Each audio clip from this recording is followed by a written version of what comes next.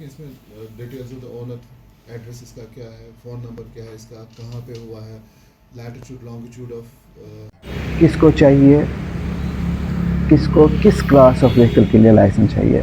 देखिए there are different types of जो है व्हीकल्स। आप देखेंगे कि टू व्हीलर हो, फोर व्हीलर हो, या जो हेवी व्हीकल्स हैं जिसमें ट्रांसपोर्ट रिलेटेड, जिसमें पैसेंजर्स एक जगह से दूसरी जगह पे जाते हैं तो ट्रांसपोर्टेशन जिसमें हो जाती है। या आप देखेंगे कि हेवी व्हीकल्स हैं, ट्रांसपोर्टेशन जिसमें गुड्स का हो, या जो हैज़र्डस जिसमें चलते हैं, या मल्टी एक्सल जो हमारे यहाँ पे होते हैं गाड़ियाँ जिसमें मल्टी एक्सल्स होती हैं। तो हर किसी क्लास ऑफ व्हीकल के लिए एक स्पेसिफिक टाइप ऑफ लाइसेंस है। अगर आपके पास टू व्हीलर की लाइसेंस है, उससे अगर आप कहेंगे कि आपको ऑथराइजेशन मिलेगी कि फोर व्हीलर चलाने में, तो ये आपकी गलतफहमी है।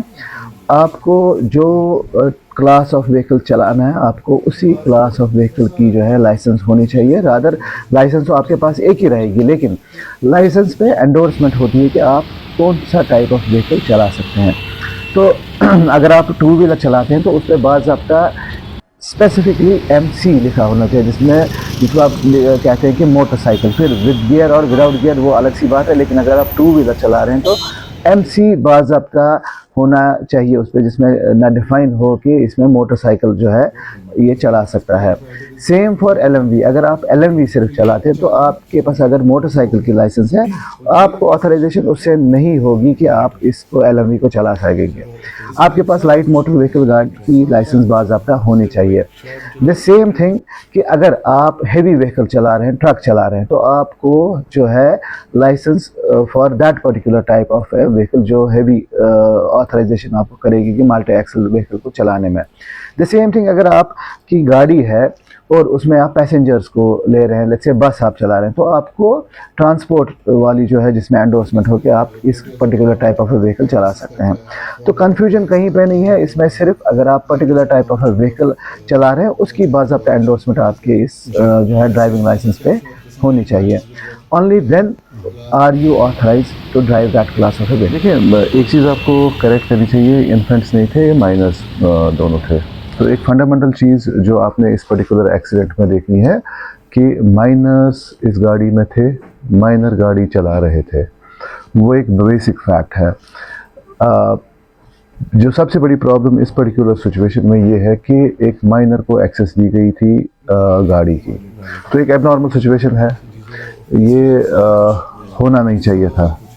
सो जब माइनर को आपने एक्सेस दी जो ज़ाब्ते के तहत गाड़ी नहीं चला सकता था, तो उसको जब एक्सेस मिली तो it's a perfect recipe of disaster. कुछ भी हो सकता है, और अनफॉर्चुनेटली इसमें वही हुआ कि जिस एक पर्टिकुलर एज प्रोफाइल के आदमी को वो is not authorised to drive गाड़ी चला रहा था। तो एक ना मेजर एस्पेक्ट इस पर्टिकुलर चीज़ को अगर हम देखें। दूसरा है कि वायलेशन है, बाज़ाब्ता वायलेशन है। Minor is not suppose to drive. इसमें मोटर व्हीकल एक्ट बड़ा क्लियरली स्पेल आउट करता है कि अगर माइनर है तो इसके साथ क्या होगा, इसके पेरेंट के साथ क्या होगा, या जो गार्डियन है जिसने भी ये गाड़ी की एक्सेस दी है। The law is very clear about that. और इसमें है कि जब भी कोई एक्सीडेंट होता है तो इसमें कंसर्न पुलिस स्टेशन जिसकी जुरिडिक्शन में एक्सीडेंट होता है, तो वहाँ पे बाज़ाब्ता इसमें केस रजिस्टर होता है और इन्वेस्टिगेशन इसमें बाज़ाब्ता चल रही है। देखिए ट्रैफिक एक ऐसा एक सब्जेक्ट है जहाँ पे हर किसी बंदे की ओपिनियन है, हर कोई अपनी ओपिनियन एक्सप्रेस कर सकता है, पर्टिकुलरली जब हमारे पास सोशल मीडिया है। ट्रैफिक पुलिस रेगुलरली चालान जो है करती रहती है, पहले भी किया है, अब भी वही करती है, और जब तक वायलेशंस है ये कंटिन्यू रहेगा ऐसा सिलसिला। इससे पहले भी टू व्हीलर हो या फोर व्हीलर सीज होते थे, इस साल भी वही हो रहा है। Ultimately at the end of the day आपने देखना है कि एक साल में कितने जो है चालान होते हैं, एक साल में कितनी गाड़ियों को जो है सीजर जो है ट्रैफिक पुलिस करती है। तो हमारा जो लेवल है ऑलमोस्ट सेम है जैसे हमने लास्ट ईयर किया था, उसमें थोड़ा सा जो है इंक्रीज़ हुआ है चालान्स का। लास्ट ईयर जितनी गाड़ियां हमने सीज की उसमें थोड़ा सा इंक्रीज़ इस साल होगा।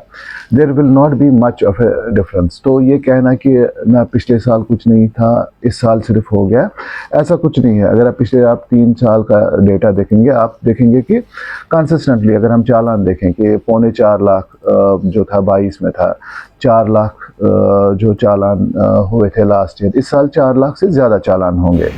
Same would be regarding the seizures कि मे बी 8,000 के करीब 22 में हो गए थे। लास्ट ईयर उससे थोड़ा सा कम हो गया और इस साल हम 8,000 क्रॉस कर लेंगे।